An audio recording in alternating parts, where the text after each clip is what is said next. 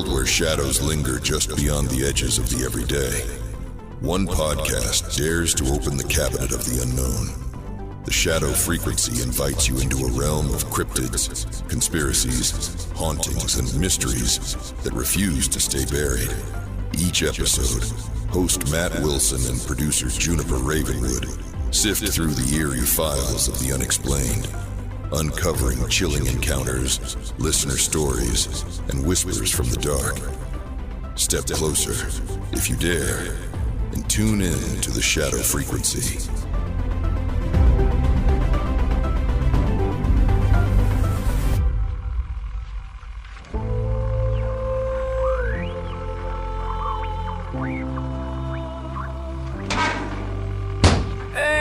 Come on, you stubborn beast. Why won't this thing? Stupid. Oh, I hate this cabinet. Ah, finally.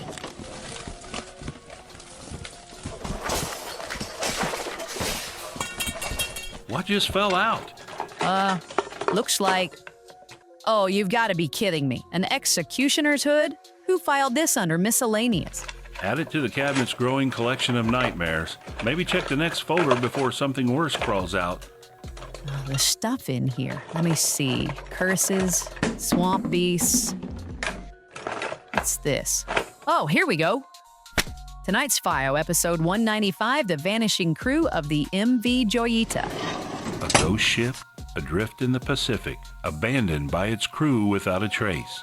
The sea keeps her secrets well, but tonight we open the file. You're tuned to the Shadow Frequency, where the veil between the living and the unknown grows thin. Strange whispers, hidden truths, and things best left in the dark await. Hosted by Matt Wilson, produced by Juniper Ravenwood, featuring Chris Beach. Let's step in to the shadows. The South Pacific stretches vast and silent, a liquid void where secrets drift like ghosts on the tide. In 1955, a small merchant vessel called the MV Joyita set sail from Samoa bound for the Tokelau Islands. 25 souls were aboard, crew, passengers, a doctor, a family. 3 days later, the ship was found adrift, half submerged, its decks empty, its lifeboats gone. No trace of the crew was ever found, no distress call, no explanation. But whispers linger, stories of strange lights in the sky, of something otherworldly watching from above. Welcome to the Shadow Frequency, where we dive into the unknown. Tonight, episode 195, The Vanishing Crew of MV Joyita. Matt, what's waiting for us in the dark? Oh, Juniper, you got my skin crawling already. Sounds like we're diving into a case that's equal parts ocean mystery and extraterrestrial riddle. Let's crack it open. Take us there, Matt. Listeners, brace yourself. This one's got a chill that won't let go.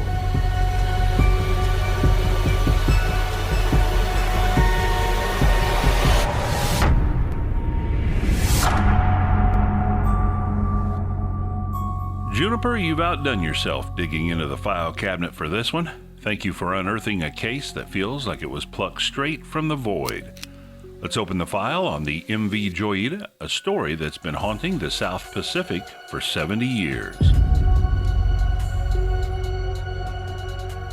Picture it, October 3rd, 1955. The MV Joyita, a 69-foot wooden merchant vessel, leaves Apia, Samoa on a routine 48-hour trip to the Tokelau Islands, 270 miles away.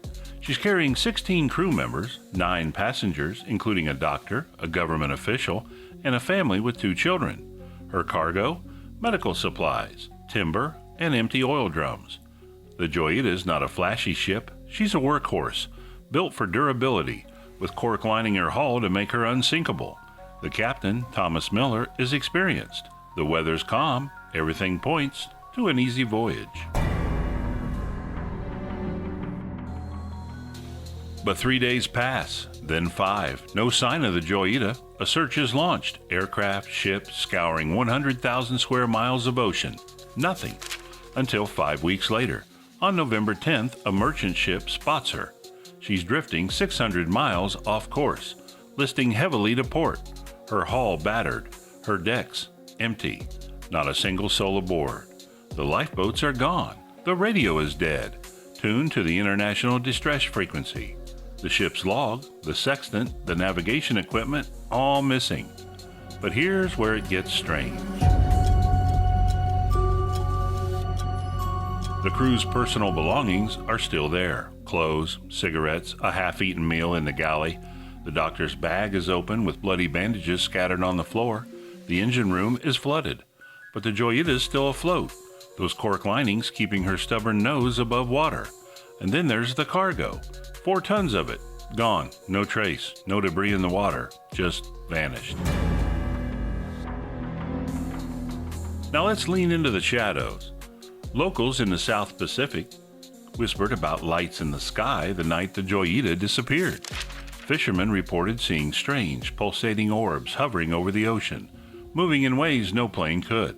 Some said they felt a hum, a vibration in the air, like the world itself was holding its breath.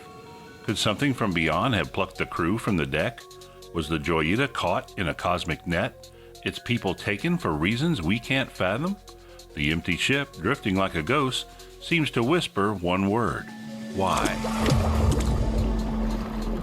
As we dig deeper, the details get stranger. The Joyita's clocks had stopped at 10:25. Morning or night, no one knows.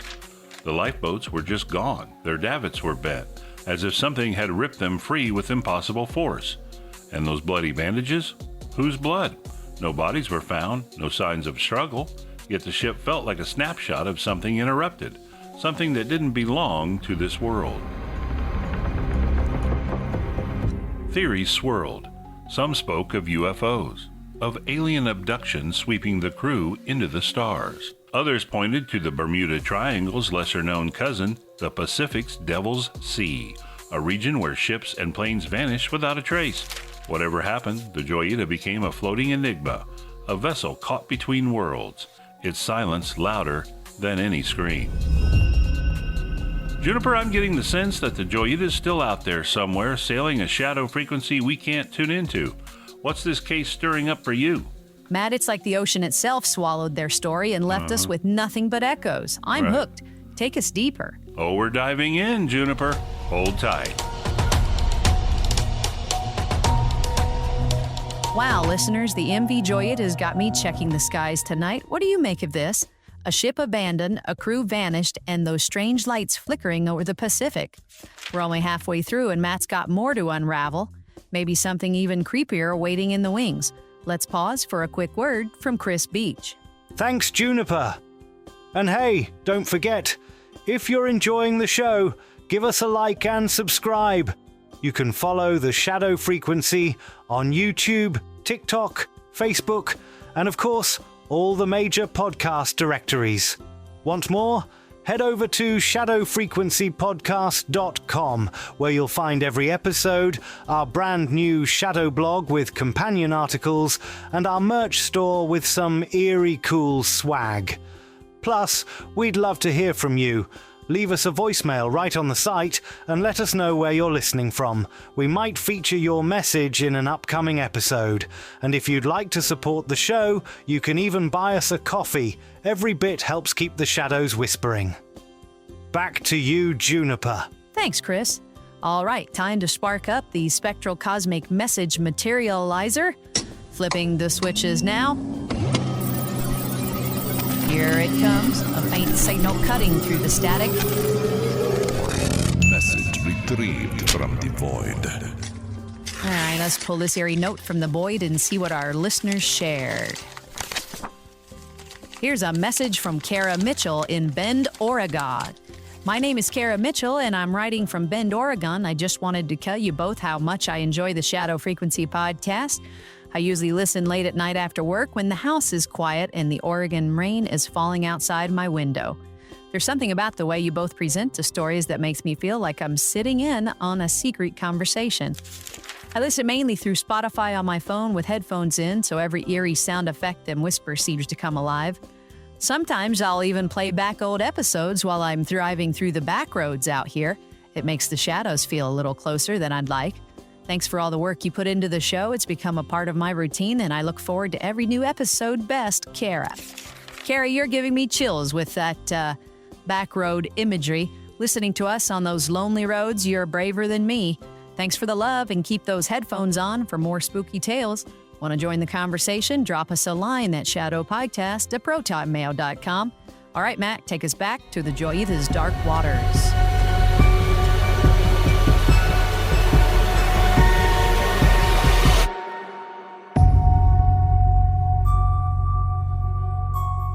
Welcome back, listeners, to the eerie waters of the MV Joyita mystery.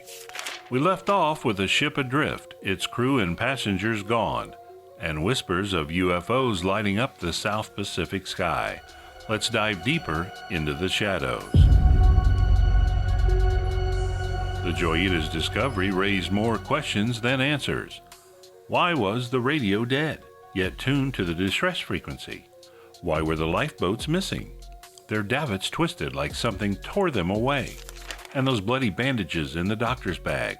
Whose injury were they treating? The ship was a frozen moment, a puzzle with pieces that didn't fit. Let's lean into the paranormal. Some who've studied the case point to the timing, 1955, the height of UFO sightings worldwide. Reports from the South Pacific describe glowing objects moving erratically, defying physics. One theory holds that the Joyita crossed paths with something not of this earth. Maybe the crew saw too much, witnessed something meant to stay hidden. The bent davits, the missing cargo. Could an otherworldly force have lifted them into the sky? The Pacific's vastness is the perfect place for secrets to hide, and the Joyita's emptiness feels like a warning. Some truths aren't meant to be found. Well, let's pause for a moment of cold reason. Not everything points to the stars. Some investigators suggested a more earthly explanation: piracy. The South Pacific wasn't always calm in the 1950s. Smugglers and black market traders roamed these waters. Could the Joyita have been boarded, her crew taken or killed, her cargo stolen? The bloody bandages might hint at violence, and the missing lifeboats could mean someone fled or was forced to. Yet this theory falters. No pirate activity was reported in the area, and the Joyita's cargo wasn't valuable enough to justify such a bold attack. Plus, why leave the ship afloat, a silent witness to the crime?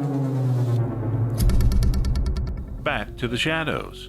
The UFO angle gains traction when you consider the stopped clocks, 10:25, frozen in time. Some speculate a temporal anomaly, a glitch in reality caused by whatever crossed the Joyita's path. Others whisper of the Devil's Sea, a Pacific region where compasses spin and ships vanish. The Joyita wasn't just lost, it was erased from its intended course, found 600 miles away, as if something or someone wanted it to be found, but not understood. As we close this case, the Joyita remains a ghost ship, her story unresolved.